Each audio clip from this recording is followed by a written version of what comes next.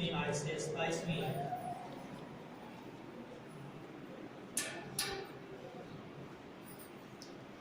भाई डेविड हमारे लिए पढ़ेगा और हम सब कलाम की तलावत को सुनेंगे, खड़े होकर खुदावन की इज्जत करेंगे, कलाम की इज्जत करेंगे और कलाम की तलावत।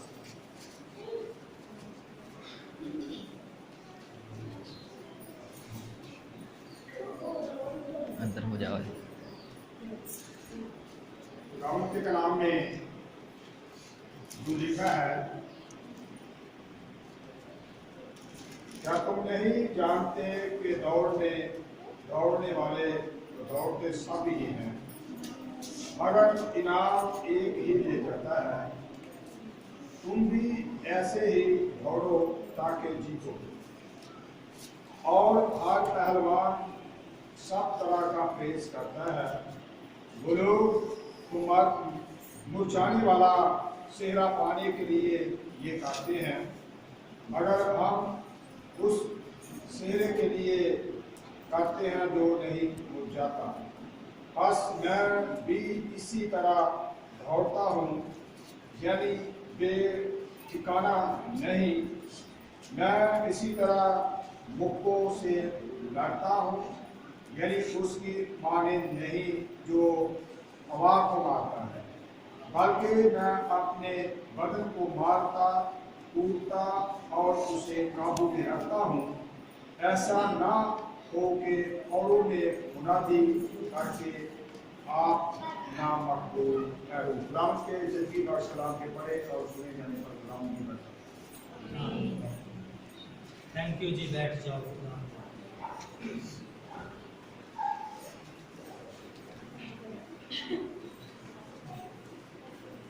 खुदावन के कलाम में हमने सुना है कि खुदा का बंदा कहता है, क्या तुम नहीं जानते कि दौड़ में दौड़ने वाले दौड़ते तो सब ही हैं, मगर इनाम एक ही ले जाता है। तुम भी ऐसे ही दौड़ो ताकि जीतो।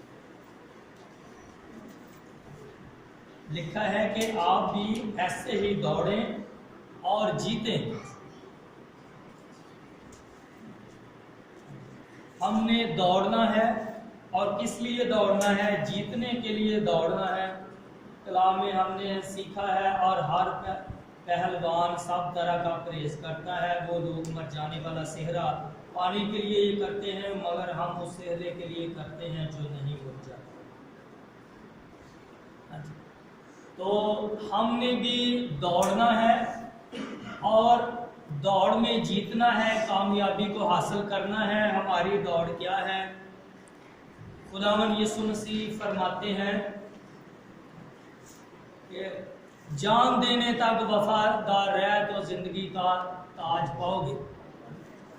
जान देने तक वफादार रहेंगे तो जिंदगी का ताज पाएंगे। हमेशा की जिंदगी को हासिल करने के लिए हम दौड़ते हैं।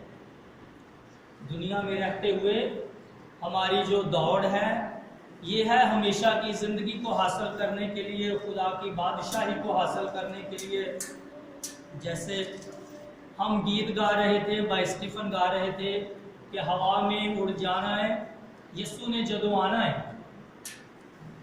वो बता रहे थे कि जिस तरह एक दुल्हा जो होता है, जब उसकी दुल्हन तैयार होती है तो उसको अपने साथ अपने घर ले जाता है, इसी तरह जो हमारे खुदावन यीशु मसीह हैं, वो भी एक दिन आएंगे और हमें अपने घर, अपनी फिरदौस में ले जाएंगे। फिरदौस जो है वो खुदावन यीशु मसीह का घर है।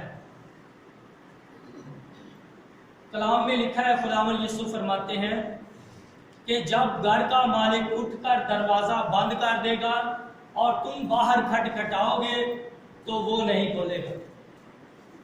तुम कहोगे कि ऐ खुदावन, हमने तो तेरे रूबरू खाया पिया, तू गलियों में तालीम देता था तो हमने तेरी बातों को सुना। तो खुदावन यीशु कहेंगे कि मैं तुमको नहीं जानता कि तुम कौन हो। ये कलाम हमें ये सिखाता है कि खुदावन कहते हैं कि मैं घर का मालिक हूं। जब उठकर दरवाजा अपने घर का बंद कर दूंगा, वो घर खुदावन यीशु मसीह की फिरदौस है, खुदा की बादशाही है।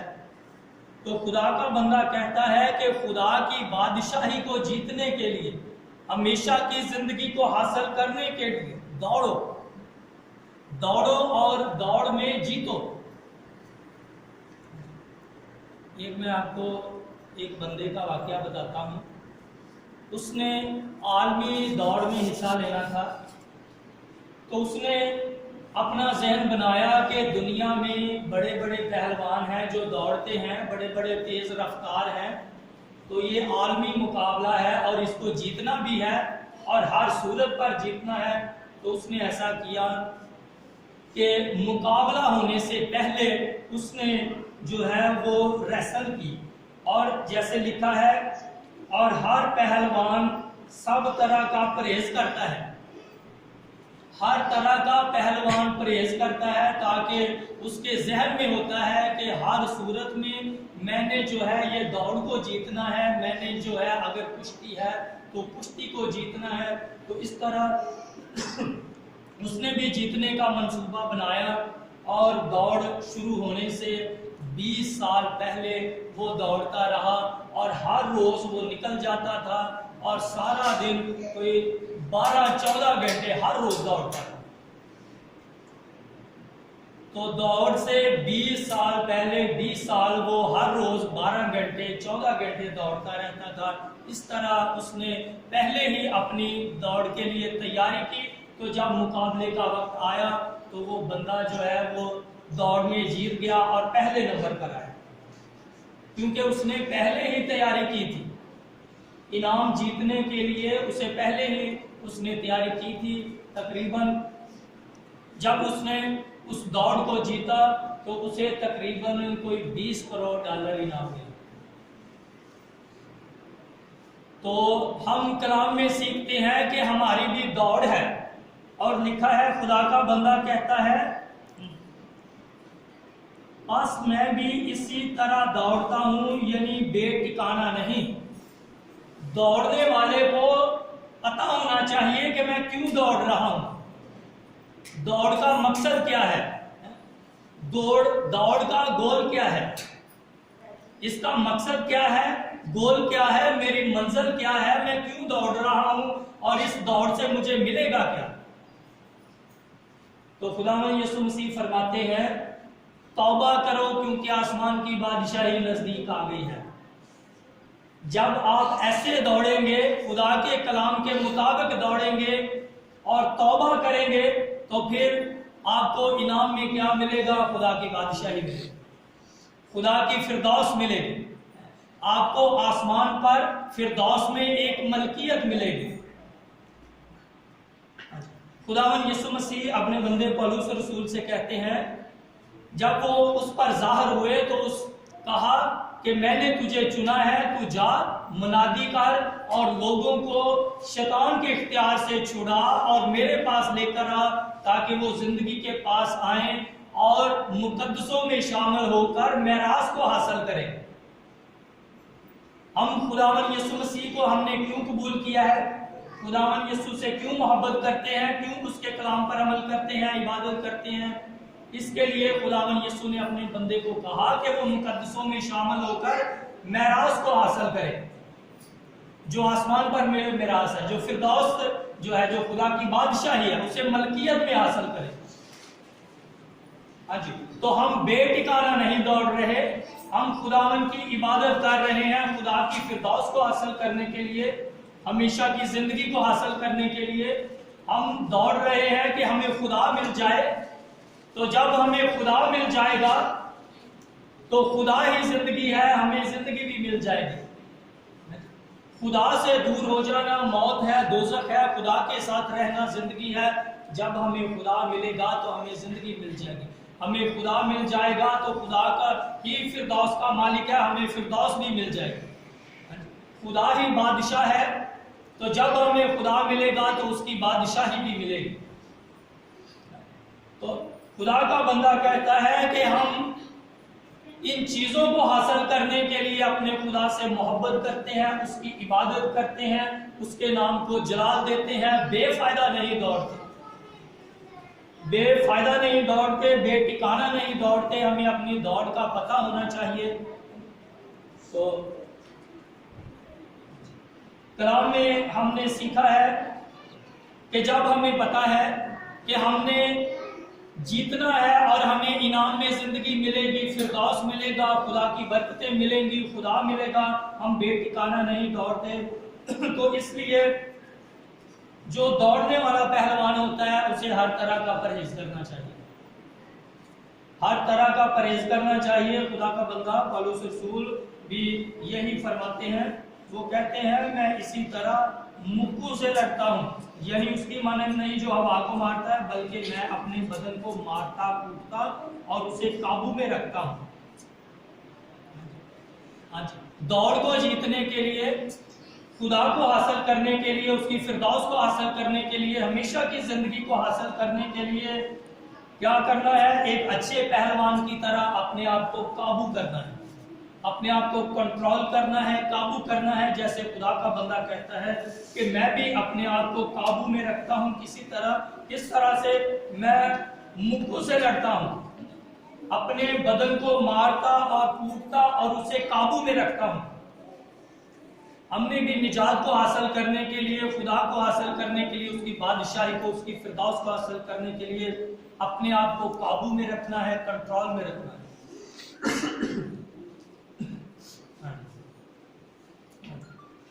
काबू में रखने का मतलब ये होता है कि हम अपनी आंखों को हमने अपने काबू में रखना है, अपने कंट्रोल में रखना है। आंखों से बुरा नहीं देखना। देखने के बड़े सोर्स हैं, देखने के बड़े सोर्स हैं।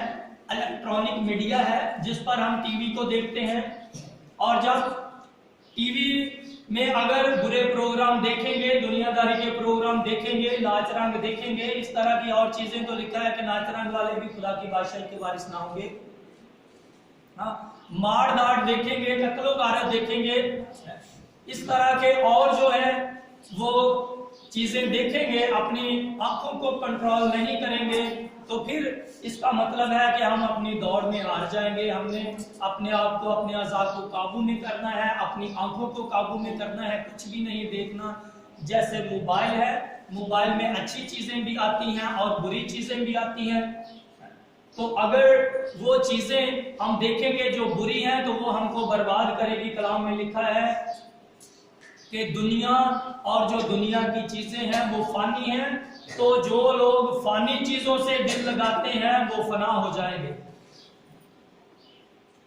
हमने अपनी आंखों को कंट्रोल में रखना है, काबू में रखना है कि मोबाइल पर भी कोई बुरी तस्वीर नहीं देखनी, बुरे नाच रंग नहीं देखने, बुरी फिल्में नहीं देखनी, इस तरह के और जो बुरी चीजें हैं नहीं देखनी, बल्कि अपनी आंखों को कंट्रोल में रखना है, अपनी जुबान को काबू में रखना है, बुरा नहीं बोलना।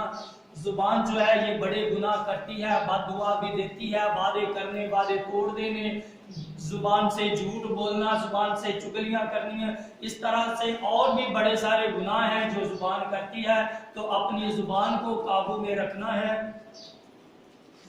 काबू में रखना है, कंट्रोल में रखना है कि कोई भी जुबान से बुराई नहीं करनी, कोई भी गुनाह नहीं करना। खुदा का बंदा कहता है कि मैं बेठिकाना नहीं दौड़ता, मैंने जीतना है, खुदा को हासिल करना है, खुदा की फिरदौस को हासिल करना है। तो इस मकसद के लिए मैं अपने आप को मारता हूं, अपने आप को कूटता हूं और अपने बदन को काबू में रखता हूं।